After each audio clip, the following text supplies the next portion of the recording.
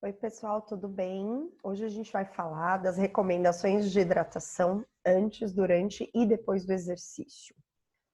Vamos lá, vou compartilhar com vocês aqui a nossa tela.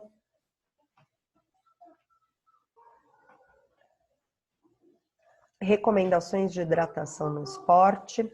A gente começa falando um pouco, né, da composição corporal, da quantidade de água corporal total. A água, ela é essencial para todas as funções do nosso organismo e ela corresponde em torno de 60% do nosso organismo, tá? Isso quando a gente fala principalmente de adultos. Normalmente as crianças, elas têm uma quantidade de água corporal total maior, proporcionalmente, e o processo de envelhecimento, ele diminui a quantidade de água que a gente tem, principalmente em decorrência da diminuição da massa muscular, né, ou da massa magra. Então, essa água corporal total, ela tende a se reduzir ao longo dos anos. A água corporal total, então, além dessa questão da idade, ela é diferente entre homens e mulheres.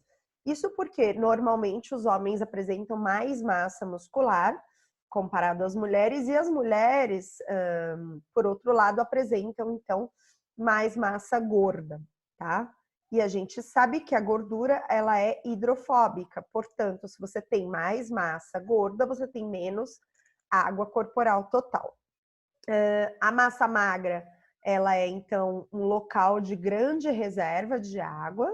E, como eu falei, os idosos, em decorrência da sarcopenia, dessa redução da massa magra, eles tendem a ter uma redução significativa da água corporal total e, por isso, eles se tornam suscetíveis, né, ou têm um maior risco de desenvolver a desidratação. Uma coisa importante que a gente precisa considerar é que o exercício físico, por modificar a composição corporal, principalmente o exercício de força, que tende a aumentar a massa muscular, automaticamente ele também modifica a nossa água corporal total.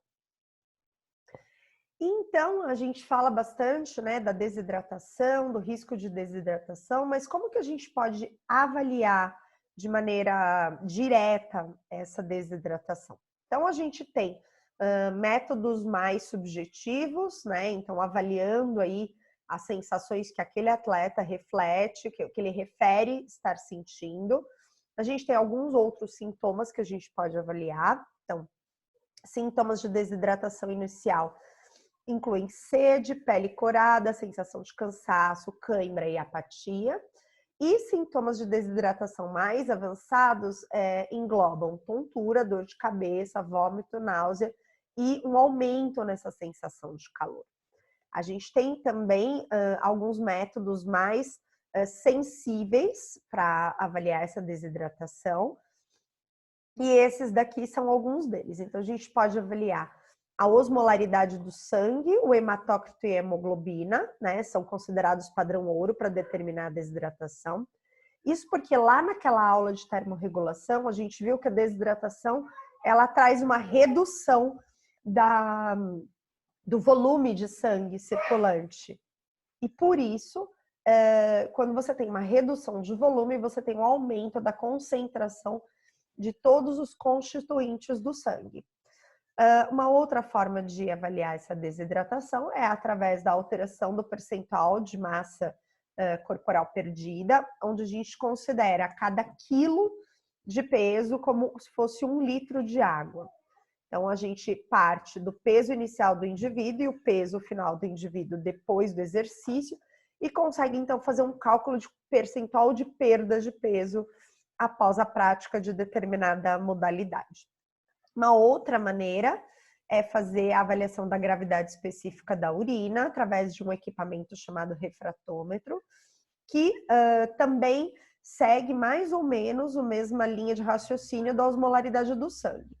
Então, quando a gente tem uma redução do fluido circulante, além da concentração das células do sangue, a gente também vai ter uma maior concentração dos componentes, né, ou das partículas da urina.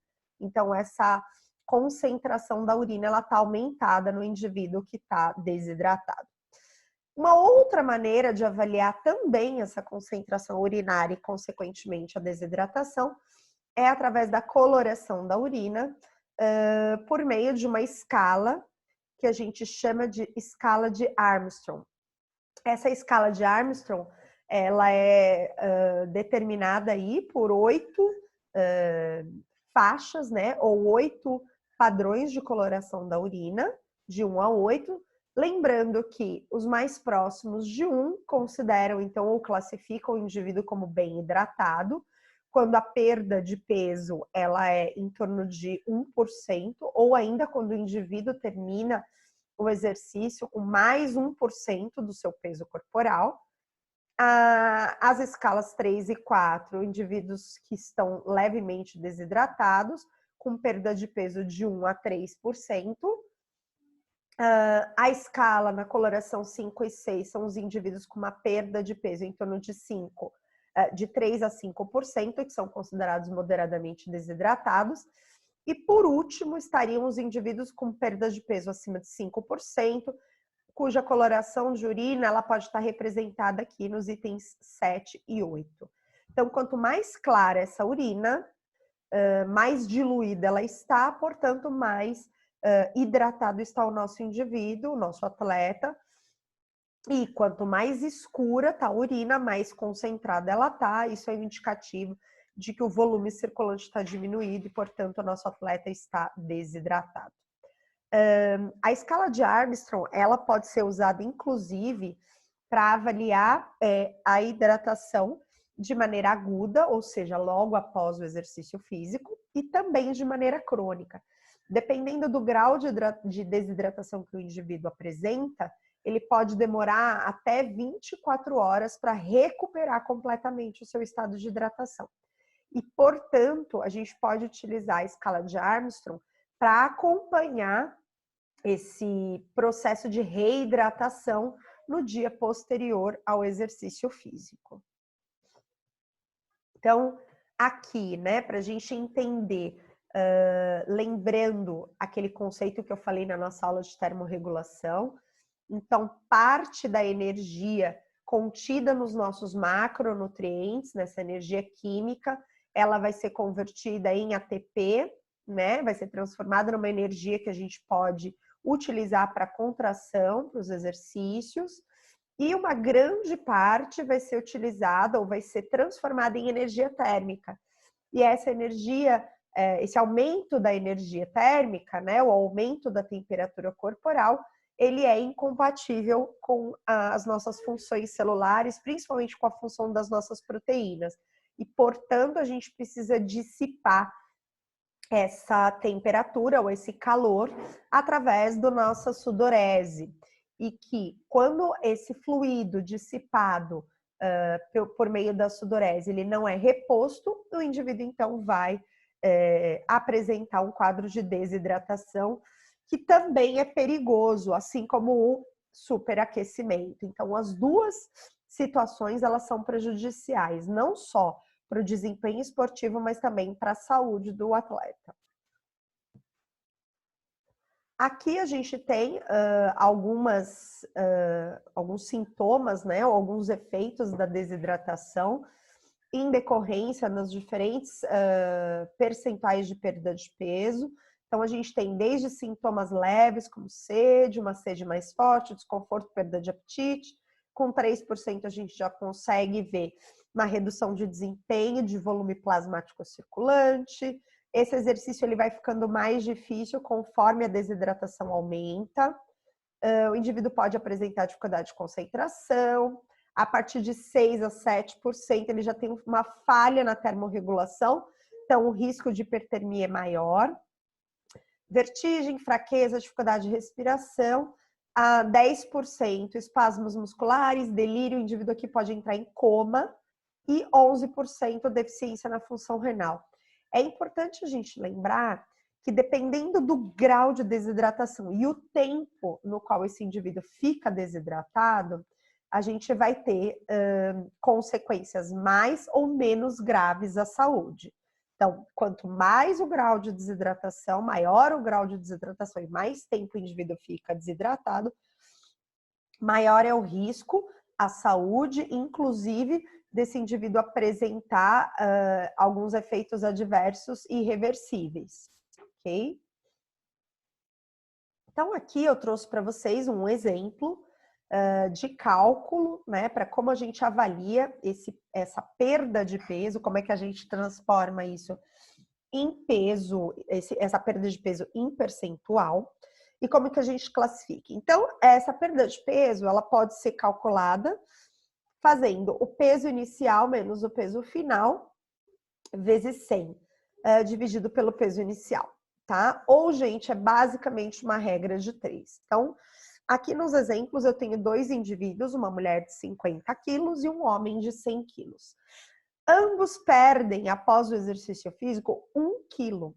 Porém, esse 1 quilo representa de maneira diferente a desidratação desses 2 atletas. Então, vamos olhar primeiro aqui para a mulher.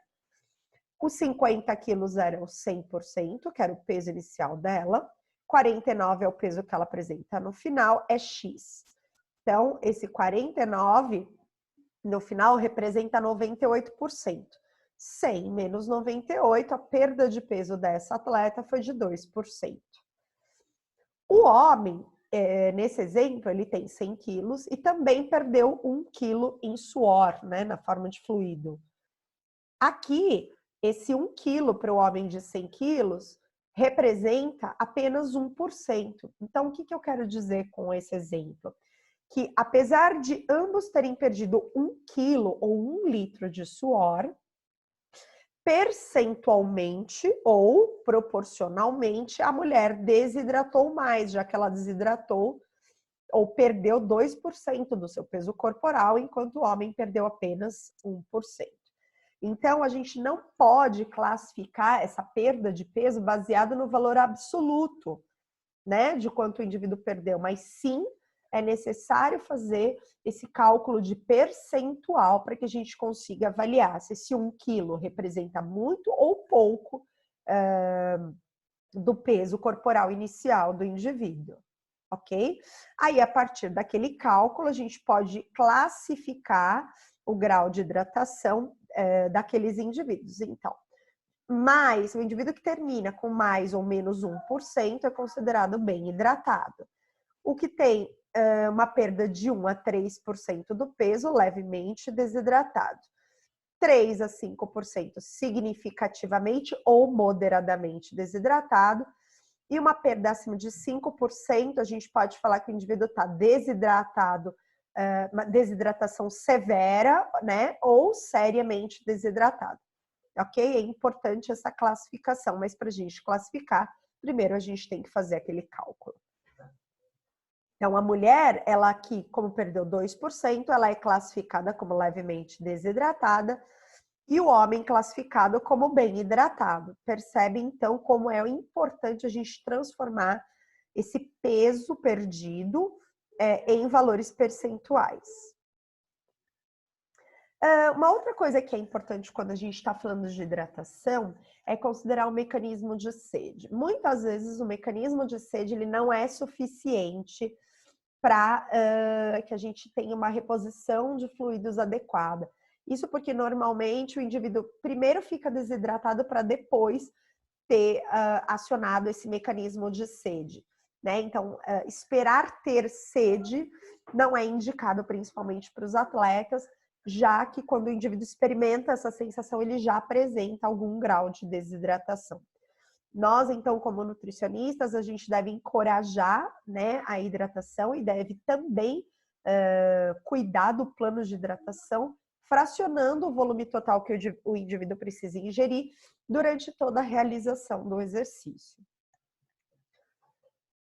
Um outro dado que é interessante a gente conhecer quando a gente está falando de desidratação é a nossa taxa de sudorese.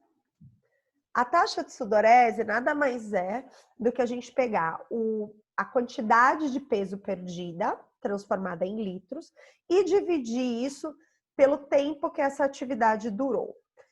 Quando a gente fala, né, na variação do peso, a gente precisa considerar se o indivíduo consumiu algum líquido durante essa prática e se ele urinou. Então, isso é fundamental também ser computado. Então, essa seria a maneira mais completa, que é a fórmula de cima. Então, peso inicial menos o final, mais o volume de líquidos ingerido, menos o volume urinado, dividido pelo tempo de atividade. Se o indivíduo não ingeriu nada e não urinou, a gente simplesmente vai utilizar os valores de peso inicial e final e dividir pelo tempo da atividade, tá? O que é importante, gente, é transformar as unidades. Então, se eu vou usar ml, é ml por minuto. Se eu vou usar litro, é litro por hora. É importante fazer essa transformação, senão os valores eles não batem, né? A gente chega num valor equivocado. Usando o exemplo aqui da mulher de 50 quilos, né? Então, ela tinha 50, ficou no final com 49, portanto, ela perdeu 1 quilo ou 1 litro em 1 hora. Isso equivale o quê? A 1000 ml dividido por 60 minutos. Portanto, ela perde, ou a taxa de sudorese dela é de 16,67 ml por minuto, né? É importante a gente calcular a taxa de sudorese, bem como avaliar o percentual de perda de peso total, porque dessa maneira a gente consegue conhecer o padrão de desidratação do atleta. Muitas vezes a gente tem em equipes atletas, né, na mesma modalidade de exercício, porém com padrões de desidratação diferentes. E aí o plano de hidratação ele também deve ser individualizado, considerando, então, tanto esse percentual de perda de peso quanto a taxa de sudorese de cada atleta. A desidratação, ela traz alguns efeitos aí para o nosso organismo. Então, segundo o American College of Sports Medicine, então a gente tem aqui no American College recomendações de hidratação também, não só de ingestão de nutrientes, né? Então, indivíduos aí com comprometimento, com perda de fluidos, eles podem apresentar comprometimento das funções cognitivas, quando as perdas são maiores, né? Então, aqui, ó, até 8%. E perdas menores, eles podem ter uma diminuição no desempenho de atividades anaeróbias, principalmente em decorrência da redução do conteúdo de glicogênio muscular. A desidratação grave, né, ela é considerada aí de 6 a 10% de perda de peso, e aqui o indivíduo já começa a apresentar problemas mais sérios, como delírio, tremor, fortes câimbras, e pode inclusive entrar em coma, tá? Além, claro, do risco de hipertermia. Então, é importante a gente avaliar esse padrão de desidratação do nosso atleta para prevenir que isso aconteça. A gente tem alguns efeitos que são descritos pela Sociedade Brasileira de Medicina Esportiva. Então, ó, 1 a 2% de perda de peso resulta em aumento da temperatura corporal, então aumento de 0,4 graus Celsius para cada ponto percentual. Então, isso é um fator bastante importante de considerar, já que aumenta o risco de hipertermia. 3% da perda de peso, redução importante já do desempenho físico, 4 a 6% chance de fadiga térmica e acima de 6% choque térmico, coma e morte. Um outro quadro que o indivíduo que está desidratado ele pode apresentar é a rabdomiólise. A rabdomiólise ela é a destruição das fibras musculares, né, do músculo rabdômio, devido principalmente a um excesso de treinamento físico sem repouso. Porém, a gente tem outros fatores que podem desencadear essa rabdomiólise, como a desidratação, o trauma muscular direto, que seria a pancada, isquemia muscular, que é a diminuição do fluxo de sangue, exercício extenuante e alteração brusca de temperatura. Tá? Esse indivíduo de rabdomiólise, ele vai apresentar como principais sintomas dor intensa, dor muscular intensa, urina escura e fraqueza muscular. tá? Essa urina escura, ela é caracterizada pela liberação, pela ruptura da fibra muscular e liberação da mioglobina na corrente sanguínea, né? Essa mioglobina, ela inclusive pode levar a uma sobrecarga e a um dano renal, tá? E a maior parte dos casos é detectado a partir dos valores de creatina fosfoquinase e de mioglobina, tanto no plasma quanto no sangue. Tá? Então, muitas vezes, o quadro de desidratação pode piorar um risco que o indivíduo já tem de desenvolvimento de rabdomiólise. Então, aqui, com relação às diretrizes, tanto da Sociedade Brasileira de Medicina Esportiva quanto do American College of Sports Medicine, de 2016, perdas de peso até 2%, a reidratação ela pode ser feita apenas com água. E perdas de peso acima de 2%, a gente tem que considerar qual é o tipo de exercício. Se é um exercício acima de 1 hora, mas um exercício, por exemplo, intermitente, ou seja, o que é? O que é isso? O indivíduo corre, para, e aqui também entraria o exercício de musculação, ou se é um exercício de intensidade mais elevada, onde o indivíduo não para, ele mantém o mesmo ritmo durante toda a prova, como, por exemplo, as corridas, maratonas, ciclismo, né? Perdas acima de 2% do peso corporal é indicado o consumo de repositor hidroeletrolítico, já que aqui existe uma perda também de eletrólitos. Portanto, o consumo só de água não é eficiente para a reposição desses eletrólitos. E aí, quando a gente fala em eletrólitos, a gente está falando principalmente de sódio.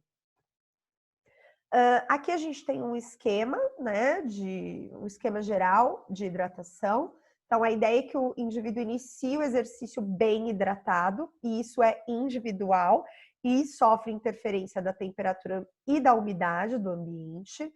A gente pode utilizar aqui 5 a 10 ml por quilo de peso, de 2 a 4 horas antes do exercício, e é interessante avaliar ou dar um tempo para que o indivíduo possa urinar. Então, se ele não urinar, é porque ele já estava desidratado, tá? Lembrando, gente, que essas são recomendações gerais.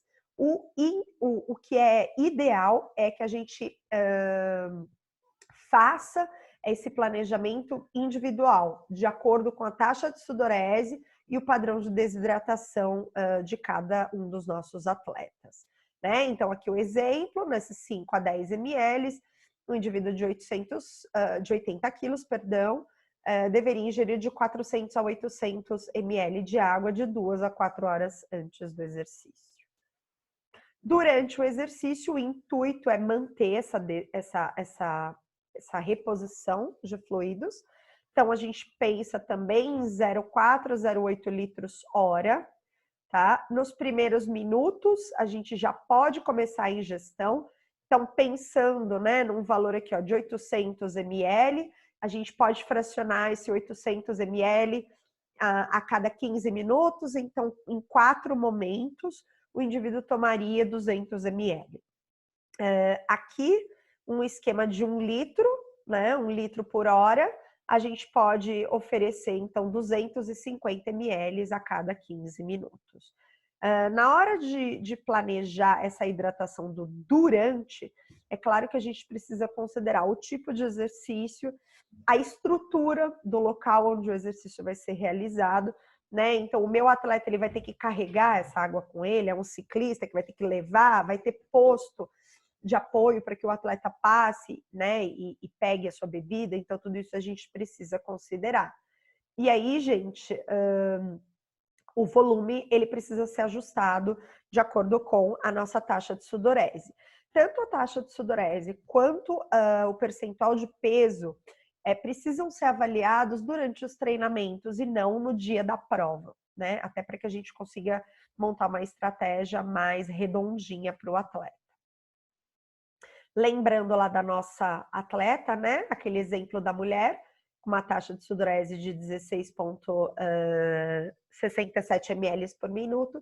Aqui, uma ideia, né? Seria repor exatamente o que ela perdeu, Então, numa próxima prova, a gente fracionaria esse 1 litro perdido desta maneira. Após o exercício, a ideia é repor as perdas. É interessante a gente entender que mesmo depois que o indivíduo para o exercício, ele continua transpirando. E baseado nisso, a recomendação é que a gente reponha de 125% a 150% do peso. Então, muitas vezes o indivíduo é pesado assim que terminou o exercício, porém ele continua desidratando. E aí a gente oferecendo um pouco mais do que foi perdido ou do que foi aferido no momento da pesagem, a gente garante uma boa hidratação. Então, se a gente pegar o exemplo lá da nossa atleta, que perdeu 1 quilo, que equivale a 1 litro, a gente deveria repor, então, de 1,250 a 1,5 litro de fluidos, tá? Isso para garantir uma reposição adequada. Como eu falei para vocês, a partir de 2% de perda de peso, o ideal também é utilizar bebida hidroeletrolítica em decorrência dos sais minerais, principalmente o sódio. O sódio, ele é bastante importante para o processo de reidratação, porque ele estimula a vontade de beber, né? Ele é essencial para a absorção intestinal de água e para a retenção dessa água lá no nosso rim. Ele também estimula a absorção de açúcar, né? Que geralmente está presente também na bebida hidroeletrolítica.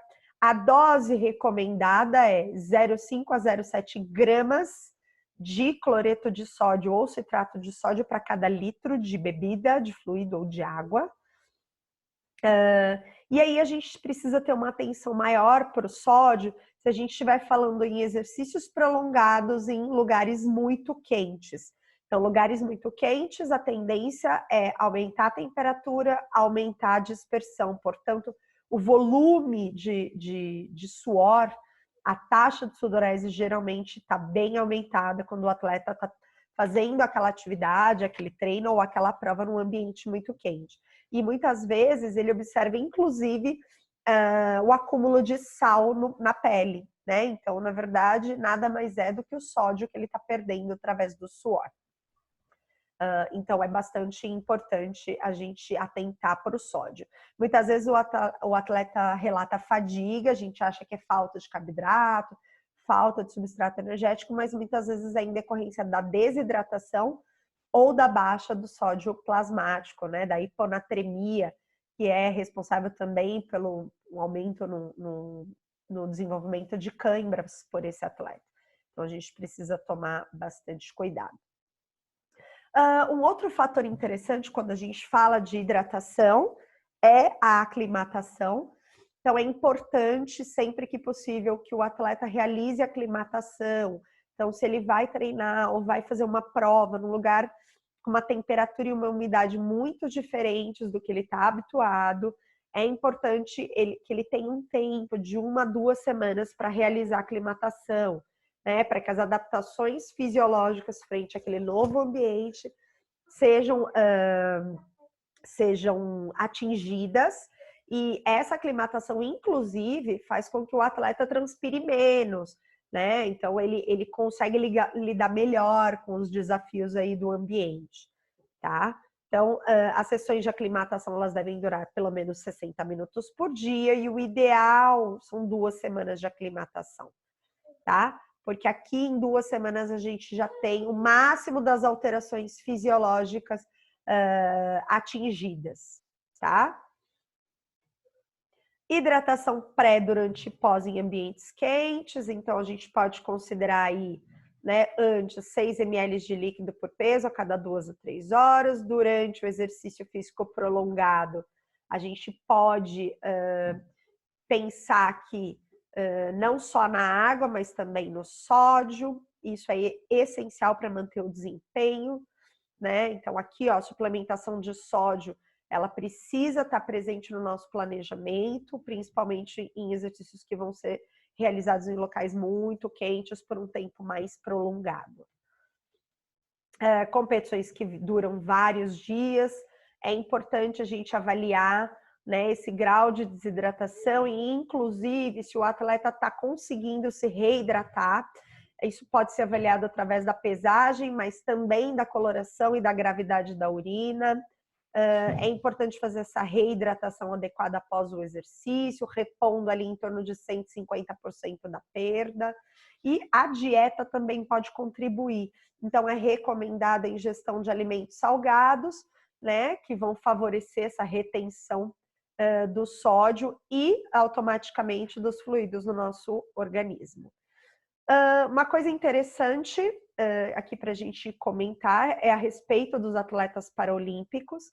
Quando a gente fala do atleta paraolímpico, principalmente os atletas de lesão medular, eles têm uma diminuição da resposta termorregulatória, né? E isso pode interferir na termodispersão.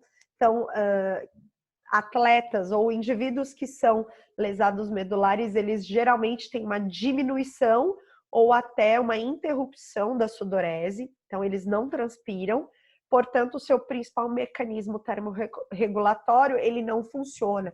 Então a gente precisa tomar bastante cuidado com esse tipo de atleta, promovendo então outras formas, né, de resfriamento corporal. Então são indicados o uso de bolsas de gelo ou até água mesmo, em algumas regiões, como nuca, punho e virilha, que permitem um resfriamento corporal mais rápido, já que o mecanismo de evaporação através do suor nesses indivíduos pode estar comprometido parcialmente ou ainda totalmente. Aqui, apenas para a gente comentar um pouquinho, né, sobre as regulamentações das bebidas hidroeletrolíticas. Então, quais são as características obrigatórias? A RDC 18 de 2010, ela traz a regulamentação de constituinte e de rotulagem de todos os suplementos, não só suplementos hidroeletrolíticos, tá? Mas nessa categoria, o que a gente tem de critério obrigatório é que essas soluções, elas devem ser apresentar uma concentração de sódio de 460 a 1.150 miligramas por litro, osmolaridade inferior a 330 miliosmóis por quilo de água, podem conter carboidratos até 8%, lembrando que para frutose essa quantidade é de no máximo 3%, já que a frutose está associada ao maior parte, o maior risco de complicações gastrointestinais. Pode ter adição de vitaminas, minerais, potássio até 700 miligramas por litro, e não pode ter adição de outros nutrientes e não nutrientes, bem como também não pode ter adição de fibras. Tá? Então, essa é a regulamentação. Com relação aí ao sódio, a gente precisa tomar um pouquinho de cuidado, né, em oferecer muitos fluidos que sejam hipotônicos, né? Então, que podem facilitar ou promover, aumentar o risco do atleta desenvolver hiponatremia. Então, o que é a hiponatremia? É quando a concentração de sódio ela atinge uma faixa ou valores menores que 135 milimol por litro, sendo considerado normal de 136 a 142 milimol por litro. Esse estado de hiponatremia, ele pode acontecer em decorrência da ingestão de bebidas hipotônicas, da excessiva ingestão de água, né, associada à perda excessiva de sódio sem a sua correta reposição, o que pode levar a um quadro que a gente chama de intoxicação pela água. Então, o indivíduo ele ingere água demais num curto espaço de tempo, o que leva a uma diluição do sódio plasmático. Isso é bastante comum em algumas modalidades, como futebol americano, maratona, tênis e em triatlon também. Então, aqui a gente tem os valores, né, para se evitar a hiponatremia. Então, a gente precisa manter a concentração de sódio aqui dentro desses valores. O excesso de sódio também é prejudicial, principalmente em decorrência do aumento da pressão arterial sistêmica, mas a hiponatremia também não é interessante. ela traz como principais sintomas mal-estar, fraqueza, náusea, vômito, cefaleia.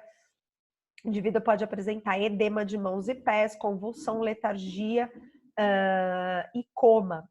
Tá? Então, é bastante importante, quando a gente pensa no plano de hidratação, verificar qual é o tempo da atividade e se, a partir de 2% da perda de peso, né, se eu vou oferecer uma bebida hidroeletrolítica ou ainda se eu vou oferecer sódio na forma de cápsulas ou sal de cozinha, propriamente dito, em sachês, mas a gente precisa ter uma preocupação aí em repor também o sódio. Senão, ao invés de melhorar o desempenho, a gente pode ter uma piora em decorrência da hiperidratação e da hiponatremia, seguindo esses sintomas aqui, que são completamente incompatíveis com o desempenho esportivo. Ok? Então, era isso que eu queria falar para vocês a respeito de hidratação. Espero que tenham gostado. Até a nossa próxima aula. Tchau, pessoal!